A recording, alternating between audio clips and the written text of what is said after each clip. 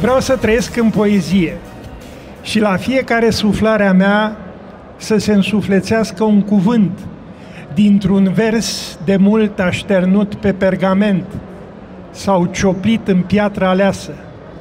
Sunt piatra în care s-a adâncit spirit și cum mai fug de bucurie dintr-o literă în alta, ușoară precum aerul, împins de vânt în culoare. Gravitez în adâncimile lui Alfa, gândit de un înțelept grec, acum 2000 de ani, simțim pe dată parfumul dorului din petale aleandrului alb, crescut pe o stâncă fără pământ. Gust din măslinele pe care acum Zeus le așează în cuvânt, la marginea lumii, cu fulgerul lui de seară, deasupra întregii Elade. Și mă trezesc în mâinile calde ale lui Homer, pe când despică scoica unde a găsit-o pe Afrodita, care se ridică dintr-o privire și face primii pași ai frumuseții. أريد أن أعيش في الشعر ومع كل نفس مني أن تخرج إلى الحياة كلمة من بيت شعري قديم مدون في مخطوطة أو محفور في حجر مختار. أنا الحجر الذي تعمقت فيه الروح، وكم أركض فرحا من حرف إلى آخر خفيفا كالهواء تدفعني الريح إلى اللون.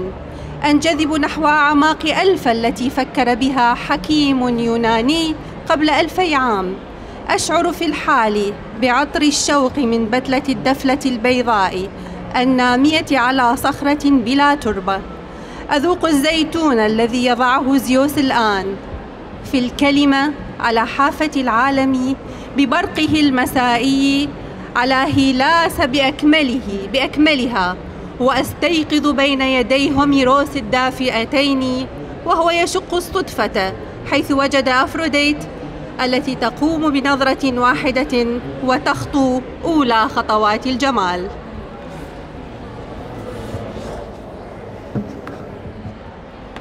Am început cu lectura unei poezii, care e un fel de profesiune de credință, care ajunge până în Grecia de acum 2000 de ani.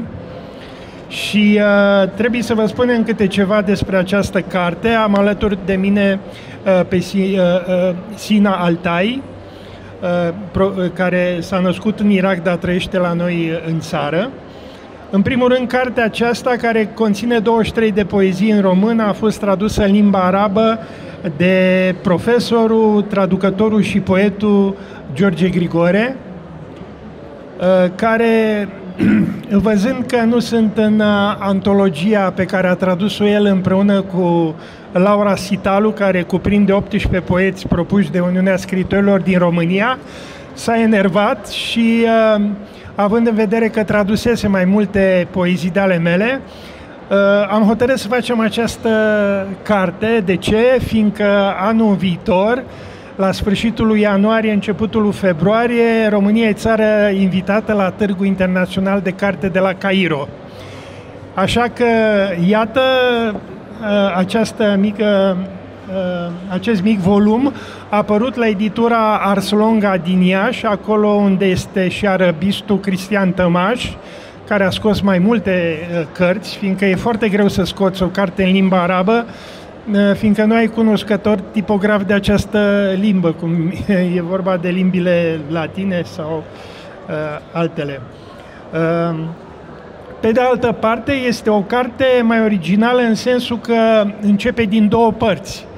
În limba română, de la stânga la dreapta, începe în limba română, iar în arabă începe de la dreapta la stânga, fiindcă știți dumneavoastră cum se scrie în ivrit și în arabă, de la dreapta la stânga, iar cuprinsul e la mijloc. Încă un element pe care vreau să vi-l dau, aceste frumoase ilustrații pe care le vedeți aici, aparțin artistului vizual Joseph Kuhn din Austria, care ne-a părăsit acum 2 ani și pe care el mi l-a dăruit în urmă cu 10 ani, fiindcă, iată, încă un fan al poeziei mele. Ar fi vrut să facem o carte în limba germană care n-a fost să fie. În schimb, soția mea a descoperit o scrisoare a lui de acum 10 ani și cele 2 decupaje, cum se numesc, Scherenschnitt sau paper cuts, cum se făceau în secolul XVIII, adică el desenează pe foaie de hârtie ceea ce vrea să iasă și după aia, cum făceam și noi la traforaj, numai că nu în lemn, ci în hârtie, pur și simplu le taie. Așa că în ultimii 30 de ani a renunțat cu totul la pictură pentru a face decupaje. Ne pare rău, din nefericire, George n-a putut să apară, dar ne vom întâlni cu siguranță la Cairo ca să lansăm această carte, unde și el și Laura Sitaru sunt invitați speciali și unde România va trebui să acopere 100 de metri pătrați cu cărți. Sperăm că lucrul ăsta se va putea întâmpla și vom fi frumos reprezentați. Aici este și Ioana Feodorov, care are un proiect senzațional făcut de Institutul Academiei Român de Institut de Studii Orientale, Sud-Est Europene și Orientale, și lucrează împreună cu vreo 15-20 de cercetători din țară și din străinătate, studiind scrierile arabe care au de-a face și cu România. Vă mai citi o poezie pe care eu am dedicat-o poetului și filozofului egiptean și bun prieten Hassan Taleb, pe care am scris-o în limba engleză și se numește Flowing with the Nile, for Hassan Taleb. Feel the Nile flowing, blended with the sun. His waters don't want to dry out, facing God's heat. His voice surrounds me along with his teeth in a splash of odorless water. Feel the Nile dying down with the sunset dying down in the sunset dying. No sounds come from my mouth anymore, forgotten the words. With their teeth, crocodiles seek my aged flesh for its perfume and moisture, long after my body has scattered its blood and bones to the desert.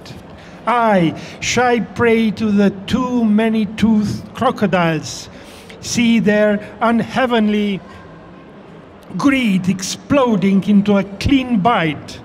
I, next to the stones of the Pharaoh, I'm sharply rising to the sky, begging for a moment of time. The desert whips warm sand into my eyes. I can build a gust-driven dune of air. I can make my wind fly over the sunset, curving the colors in a split second with its terrible hot grainy mouth. The desert takes me away. My eyes turn to sand, my body becomes a dune, my feelings and thoughts have ever since flown with the waters that some call God, that some call the Nile.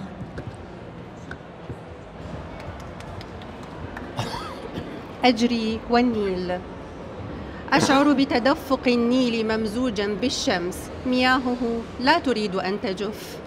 أواجه حرارة الرب، صوته يحيط بي مع أسنانه في دفقة من ماء عديم الرائحة. أشعر بتلاشي النيل مع غروب الشمس، تلاش في الغروب تلاش.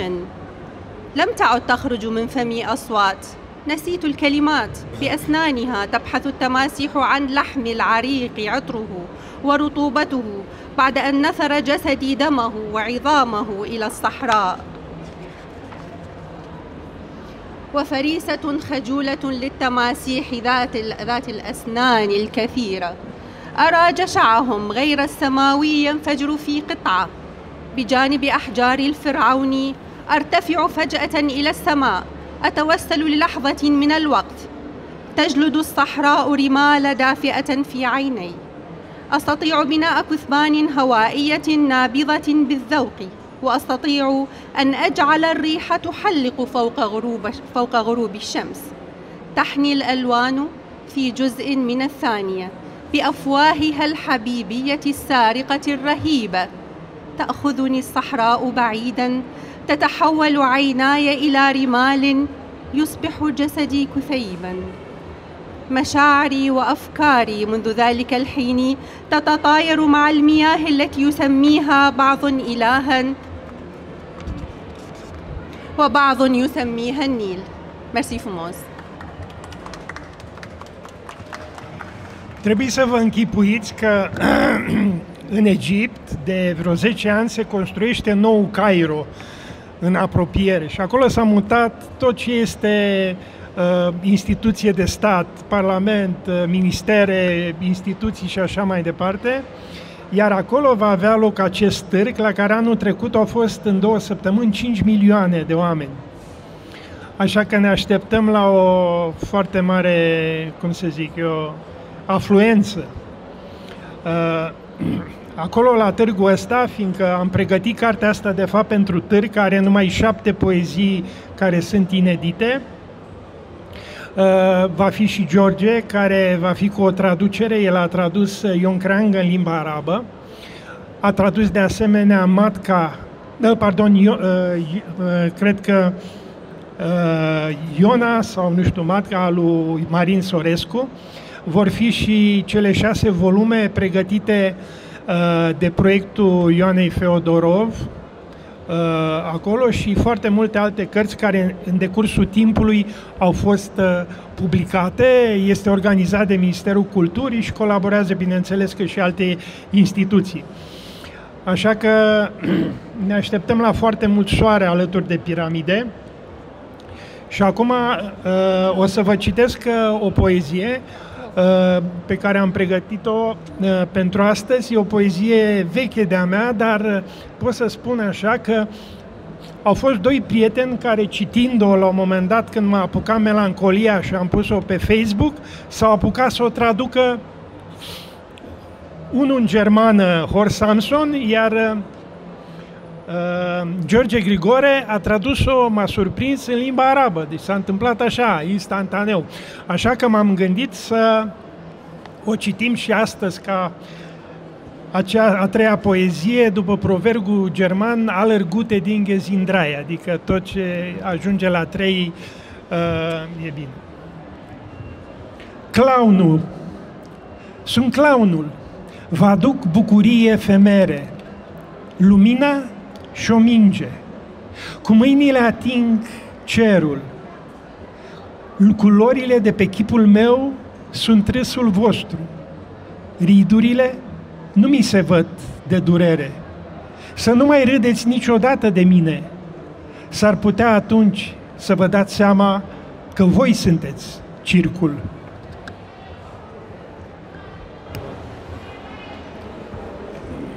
المهرج. أنا المهرج، أحضر لكم مسرات زائلة والضوء وكرة. بيدي ألمس القمر، فالألوان البادية على وجهي هي ضحكاتكم، أما تجاعيدي فلم تبين من الألم. لا تضحكوا بعد علي مستقبلا، لأنكم في حينه قد تدركون أنكم السيرك بذاته. Mulțumim frumos! Asta e o poezie care, că m-am gândit, cel mai interesant la o lansare e să citești, că altfel vorbești teoretic și lumea nu știe dacă spui adevărul, așa că adevărul este de fapt textul. Și asta e o poezie care, plimbându-vă eu prin Râșnov, cu casele alea frumoase cei drept ale sașilor, m-am gândit să scriu ceva despre șvabul Horst Samson, născut la noi și care a emigrat dintr-un mic sat din Banat. Și atunci am scris următorul lucru. Cum e să-ți lași sufletul în pereții casei zidite de bunicii tăi? Ai doma meșterului Manole, care și-a înzidit iubirea ca să afle calea și să nu suferi că s-a despărțit de trupul tău, plecat spre alte zări, în căutarea libertății. Cum e să nu mai simți mirosul din grădina care ți-a bucurat ochii de atâtea ori, fără să ceară nimic decât privirea ta? Ai luat cu tine armonia și muzica, câteva urcușuri de deal. Ai luat și sunetul clopotului care vrea să-ți îmbuneze inima și te îndreaptă spre meditație. N-ai putut lua cu tine curtea în care te-ai jucat prima oară, nici râsul din toată inima al bunicului, mândru de toate câte a făcut în viață.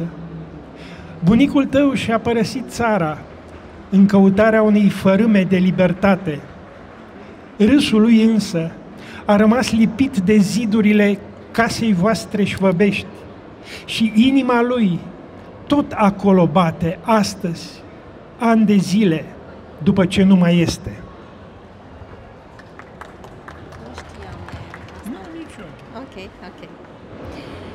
كيف يكون شعورك وأنت تترك روحك داخل جدران المنزل الذي بناه أجدادك، مثل الأيطا مانولي الذي بنى حبه ليجد طريقه ولا يعاني من انفصاله عن جسدك، ورحيله إلى آفاق أخرى باحثا عن الحرية.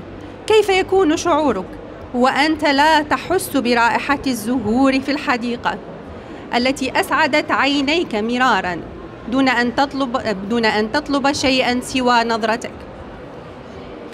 أخذت معك تناغما وموسيقى بعض تسلق التلال. أخذت أيضا صوت الجرس الذي يحسن قلبك ويوجهك نحو التأمل. لم تستطع أن تأخذ معك الفناء الذي لعبت فيه لأول مرة، ولا ضحكة جدك الصادقة الفخور بكل ما أنجز في حياته. غادر جدك موطنه باحثا عن قليل من الحرية، لكن ضحكته بقيت عالقة في جدران منزلك الألماني، ولا يزال قلبه ينبض هناك حتى اليوم بعد سنوات من اختفائه. Nu mă înșel, dar cred că asta e o pronunție irachiană a arabei, nu? Fiindcă în diverse... Este cea literară, da? Nu este cea...